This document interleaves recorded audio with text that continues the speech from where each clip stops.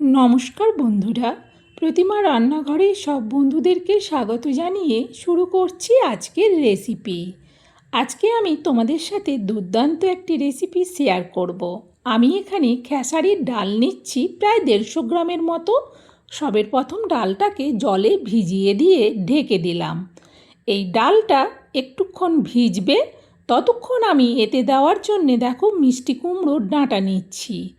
পরিমাণ মতো মিষ্টি কুমড়োর ডাঁটা আমি নিচ্ছি, তবে তোমরা ফ্যামিলি মেম্বার অনুযায়ী কম বেশি নিও। আর এই ডাঁটাগুলো কিন্তু প্রত্যেকটাই ডোকের দিকের অংশ। চলো এবার এটা কেটে নিই। দেখো মিষ্টি কুমড়োর ডাঁটাটা কেটে ঝুড়ির মধ্যে নিয়ে নিয়েছি ধুয়ে। একটা পাতাও কিন্তু ফেলবো না। পুরো মিষ্টি কুমড়োর শাক আর এই ডাঁটাটা ভীষণ ভালো লাগে খেতে। আর আমি এর সাথে দিয়ে দেবো পেঁপে আর আলু। পেঁপে আর আলুটাকেও কেটে নিয়েছি, কেটে ধুয়ে নিয়েছি। দেখো পেঁপেটাকে এইভাবে লম্বা লম্বা করে কেটেছি। আর এতে আলু দেব।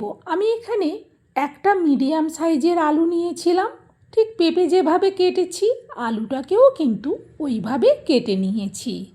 বন্ধুদের কাছে বলবো রেসিপিটা স্কিপ করে দেখো না, প্রথম থেকে শেষ পর্যন্ত দেখো, ভীষণ ভালো লাগে এইভাবে বানালে।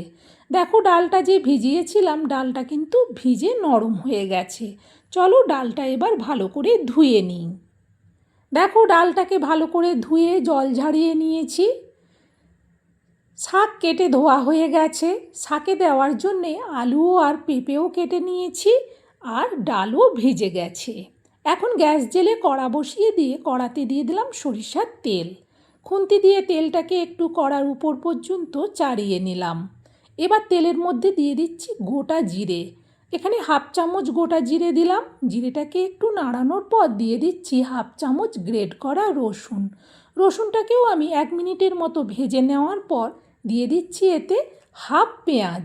পেঁয়াজটাকেও কিন্তু আমি গ্রেট করেছি, তবে তোমরা চাইলে কুচি করেও দিতে পারো। আবারও পেঁয়াজটাকে প্রায় 2 মিনিটের মতো ভেজে নিলাম। পেঁয়াজ রসুন 2 মিনিটের মতো ভাজার পর সুন্দর গন্ধ বেরোচ্ছে।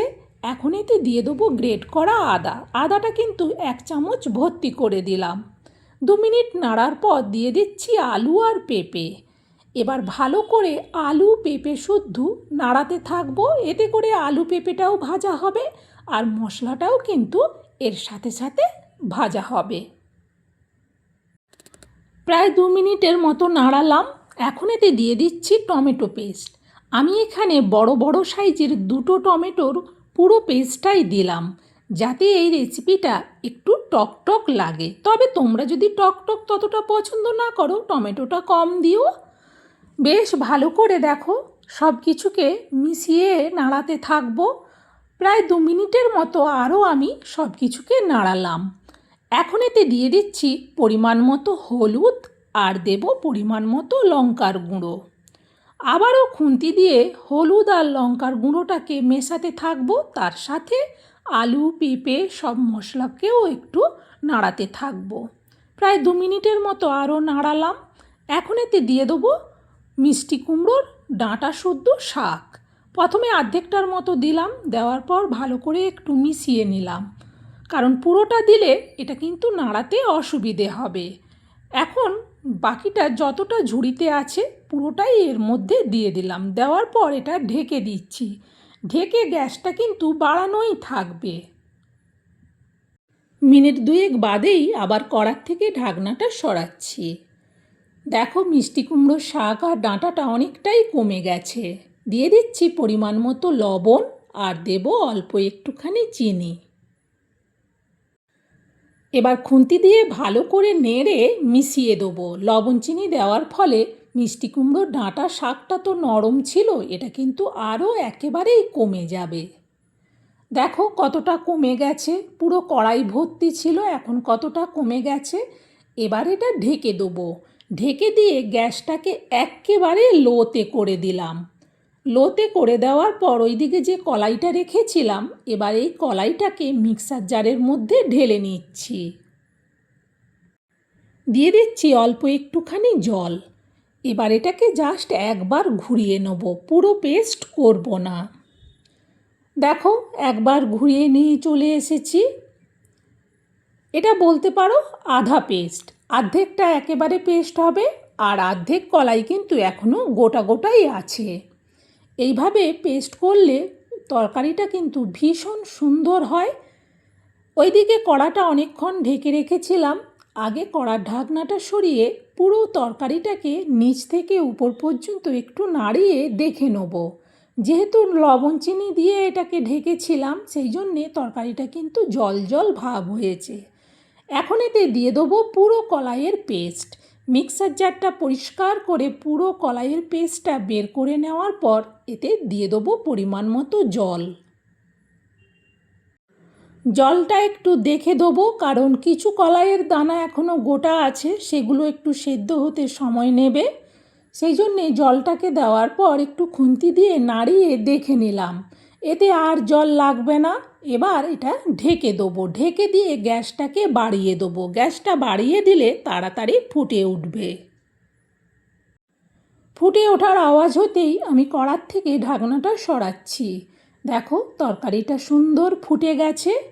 খুন্তি দিয়ে একবার এইভাবে নিচ থেকে উপর পর্যন্ত পুরো তরকারিটাকে উল্টে পাল্টে নাড়াচাড়া করে দেখে নিলাম। দেখে নেওয়ার পর এটাকে আবারও ঢেকে দেবো। এবার কিন্তু গ্যাসটাকে কমিয়ে দেবো। আন্দাজে প্রায় মিনিট 3 বাদে কড়ার থেকে ঢাকনাটা সরাচ্ছি। দেখো তরকারিটা আস্তে আস্তে ফুটছে। এখন এতে দিয়ে দেবো ভাজা ধনে গুঁড়ো 1/2 চামচ আর দেবো ভাজা জিরে গুঁড়ো 1/2 চামচ। ভালো করে এবার ধনে আর জিরে গুঁড়োটাকে মিশিয়ে দেবো পুরো তরকারির মধ্যে। এখনও তরকারিটা কিন্তু একটু বাকি আছে, সেই জন্যে ভালো করে মেশানোর পর এটাকে আবারও ঢেকে দিচ্ছি, এটা যাতে ভালো করে আরেকটু সেদ্ধ হয়।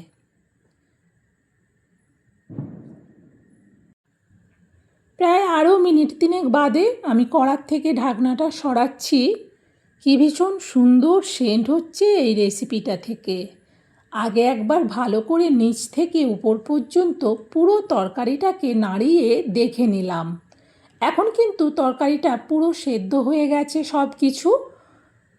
এবার এই তরকারিটা নাবিয়ে নেব। যেহেতু তরকারিটা অনেকটা, সেই জন্য একটা বড় জায়গার মধ্যে ঢেলে নিচ্ছি। সত্যি বলছি বন্ধুরা, এইভাবে মিষ্টি কুমড়োর ডাঁটা রান্না করলে এত টেস্টি হয় যে এই রেসিপিটা দিয়েই কিন্তু নিমেষে ভাত রুটি যার সাথেই খাও না কেন ভীষণ ভালো লাগবে। আমার এই রান্নাটা তোমাদের কেমন লাগলো সেটা অবশ্যই কমেন্টে জানিও। ভালো লাগলে একটা লাইক দিও আর রেসিপিটা শেয়ার করে দিও। আর নতুন বন্ধুরা অবশ্যই আমাকে বন্ধু করে আমার পাশে থেকো। আজকের মতো রেসিপি শেষ।